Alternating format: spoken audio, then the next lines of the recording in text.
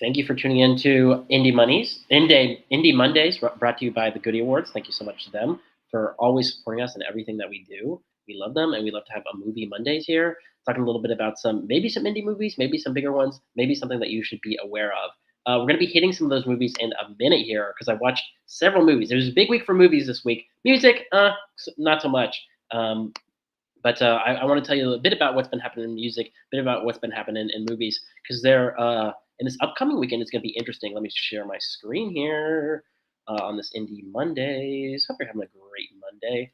Uh, okay, so Lady Gaga dropped this weekend this album, Harlequin, and because she is in the Joker 2 movie coming up this weekend, and so I am the type of person that I want to know as little about the movie going into it, especially if it's a movie I plan to watch. If I'm not quite so sure about it, if I haven't heard too much about it, I need to be convinced to go spend my time to watch something.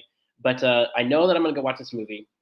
It's been on my list of most anticipated movies of the year. I don't know if it's going to be any good, but it's going to be interesting, I'm sure. Another movie that can also align with that was one I saw this past weekend, but we'll get to that in a minute. But all that to say is I haven't listened to this project because I don't want to get spoiled on any of the ways that it works into the movie or anyway, because she recorded this album for the Joker 2 movie. And so I didn't want to have any sort of idea of the mood or the tone or anything of the movie until I see it in person. So I haven't checked this out. I will keep you updated next weekend. I will after I watch it, I'll check this album out. But just letting you know that this album did come out this weekend. Another album that came out this weekend, our good pal Tommy Richmond came out with his album Coyote. And so I think that Tommy Richmond's an interesting case where because he had that hit song TikTok song of the summer with Million Dollar Baby, which is an amazing song.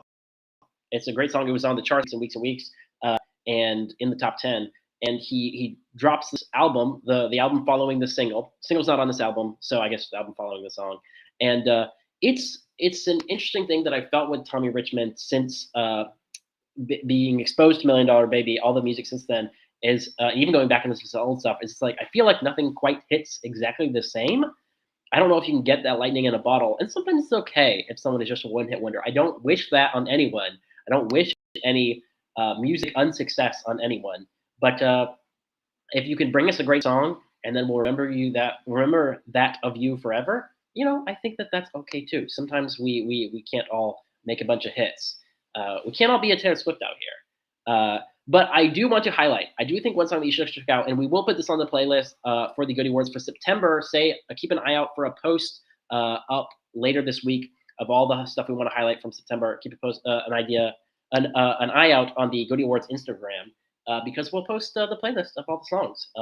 We've been adding to it throughout the month, and the month is coming to an end. Can you believe this is the last day of the month? We get into October, spooky season tomorrow. So it's time to get your Halloween costumes ready if you have not already. But all that to say is that I think this song Whitney is pretty good off of this Tommy Richmond album. I think it's just like a fun because Tommy Richmond, I love his falsetto. I love how he's able to bring in the vibes with his music, with the type of music. You see that it puts his music into this category of R&B and soul, which I think is definitely accurate. But I think he also just has a modern sensibility and he's a modern producer, and he can just create this really good music that you have to dance to, you have to get down to, you have to bob your head to. And so I think the closest he gets to capturing something like that is on this song Whitney. I just really enjoy that song, but I think there are some good moments across the album. I really like sort of the second half of Seems Like It's Forever, and Letterman has some good moments. In Tennessee, I like the concept of it. Maybe the execution, not so much. But that is Tommy Richmond album Coyote that came out this weekend. So if you have a chance to check it out, be sure to.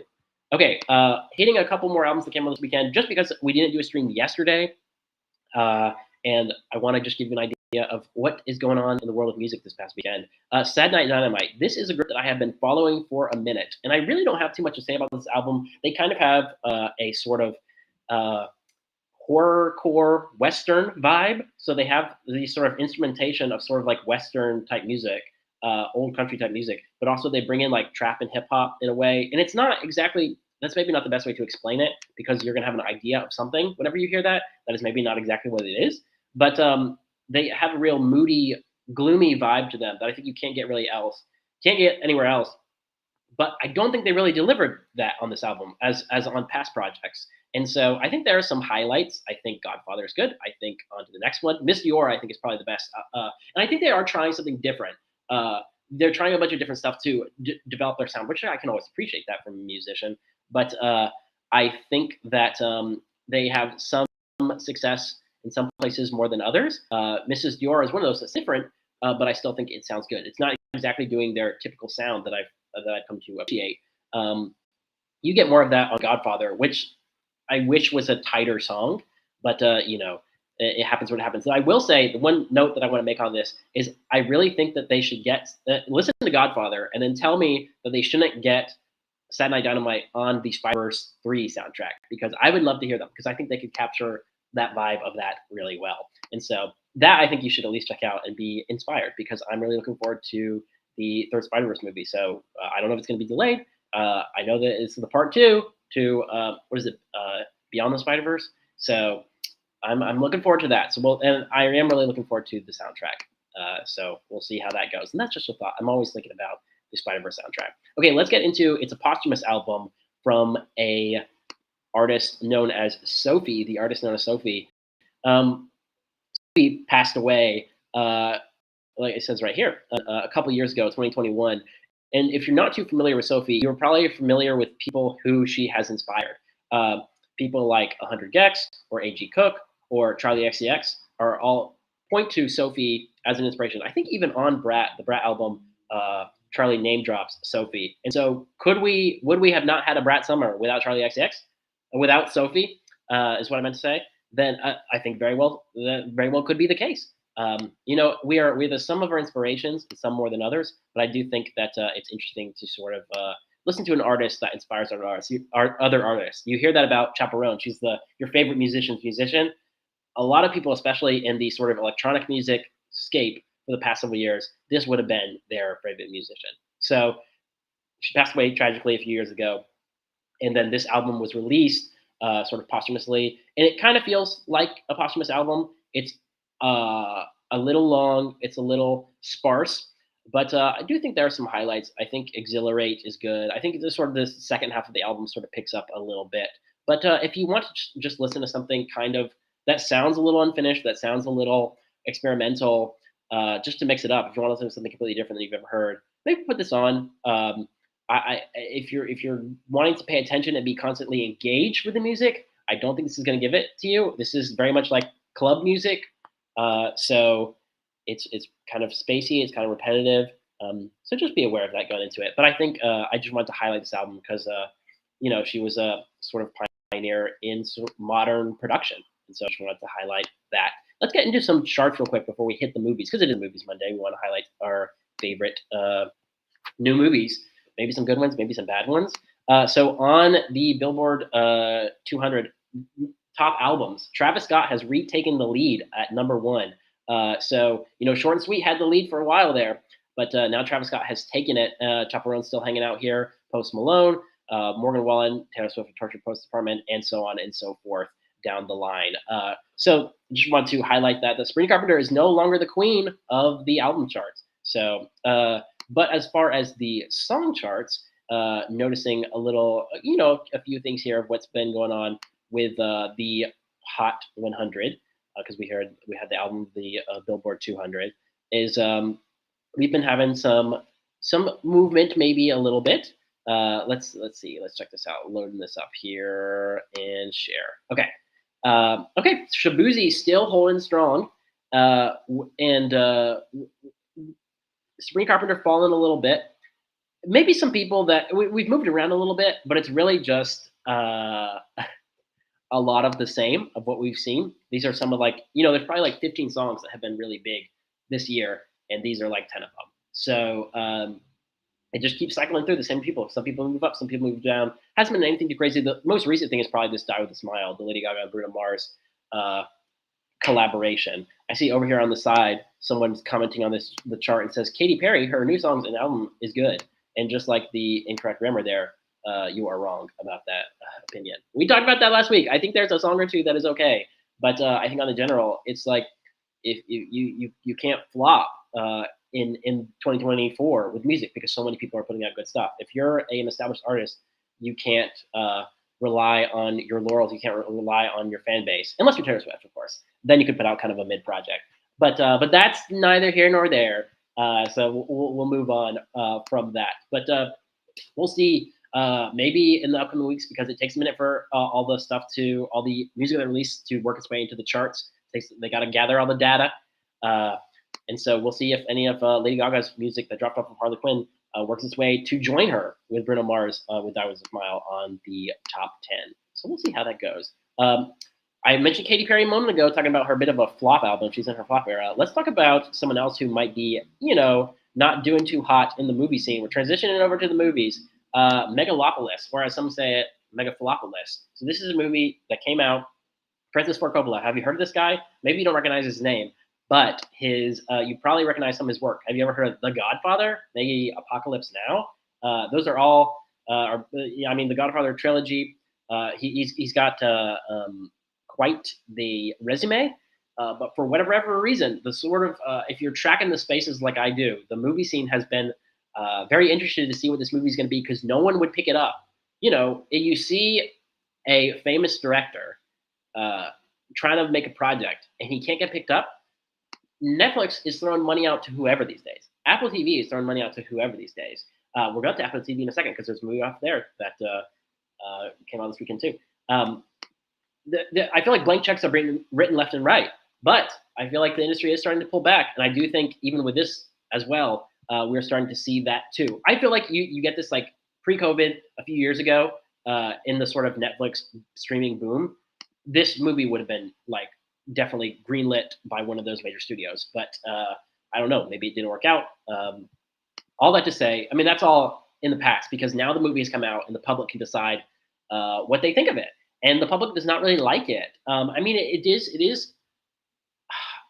it's bombed at the box office. It hasn't done well. But people who are seeing it, people hate it. People love it. People like it. People are so-so on it. What do I think? What I think is that it kind of the movie. I went into this movie being like, it's probably going to be bad, but it's going to be interesting, and it was. It's very much the singular vision of one artist who is not told no. I think we've seen that in movies and music throughout the course of history, maybe even some this year. I point back to the Beyonce album. I feel like was a little bloated. I feel like it should have been cut a little bit. I feel like projects in the past have been no one's telling this person no, and so technically everyone did tell Francis Ford Coppola no, but he was like, I'm going to do it anyway. So he sold. He made a bunch of money with his wine business, and then he like sold off part of that so he could make this movie. And you can kind of sense the scale of it. It made me think of Ben-Hur, which is like, if you have a chance to watch it, is one of the last big giant movies. Like they built a whole coliseum, brought in tons and tons of sand, and did a chariot race, and horses like died. Like obviously that's terrible, and because of things like that, we don't do stuff like that anymore. But you just can't capture the same scale as movies back in the old day where they were making these giant.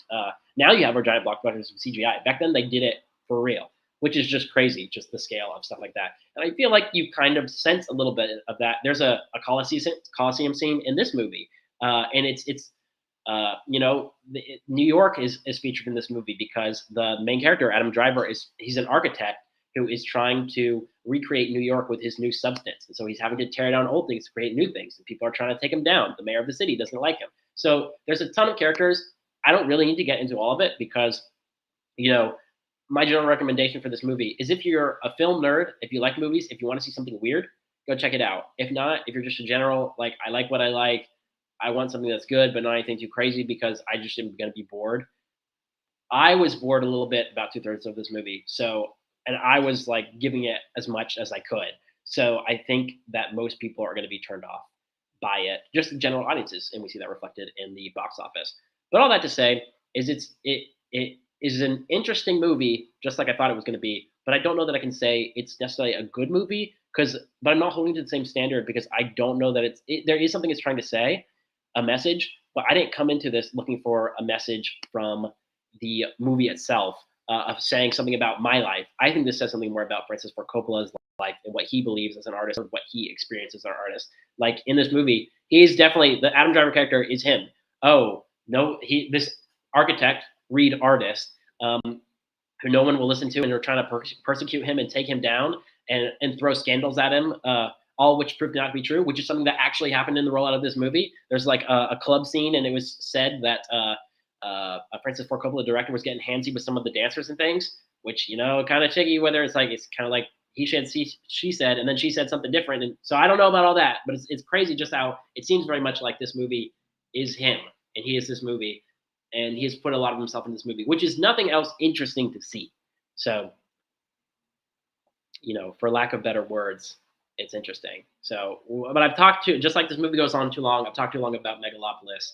Uh, I go back to my recommendation a second ago. If you like movies, check it out because it's interesting. If you want to see something different, check it out. But there are lots of things that generally people agree are good that are also different. They should probably watch first if you have limited time.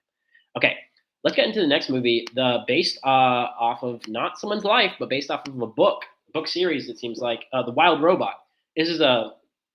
I just went and saw this. I had a free afternoon, and I was like, let me check out some animation. I'm not too big of an animation. I'm not too big of a family comedy person, a family animated movie. But I thought this was a really cute little movie. I think you can tell, you can sort of sense the source material from the movie. It's about this robot that crash lands onto this sort of deserted island, deserted of people, that is, because there are a lot of animals on the island. And the robot wakes up and it's like, I need a job to do.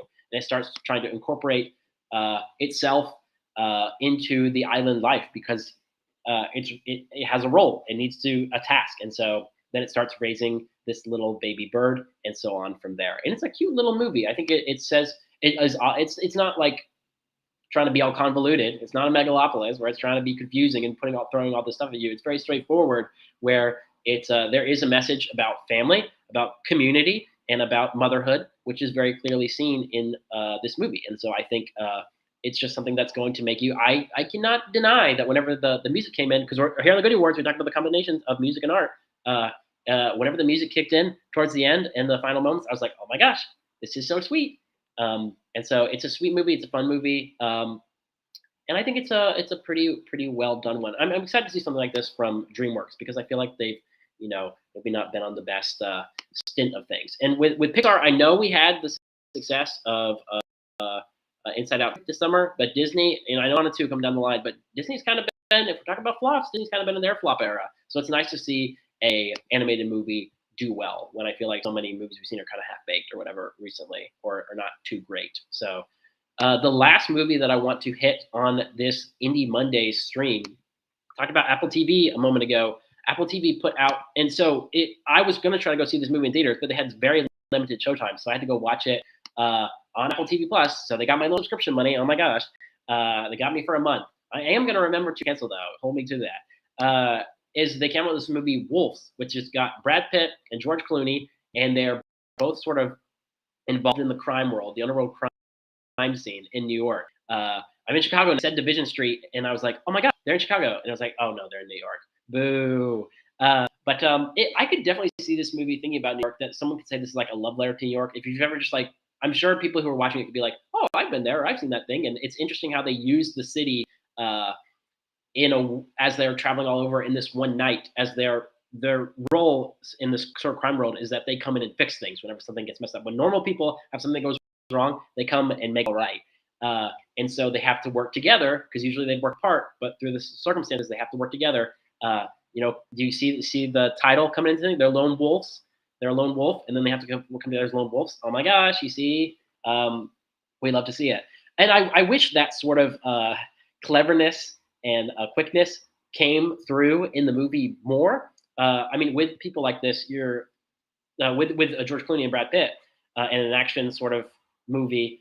It's going to be compared to Ocean's 11, I feel like, because I think that's a very well done movie that is kind of in this genre as well. I don't think it quite hits to that level. I feel like of artistry of making the world fully full, because it does seem a little like corners were cut in some places. Like some of the lighting is kind of yellow and gross for a lot of the movie. It's like, oh my gosh, at least show me something stylistic, something interesting to see.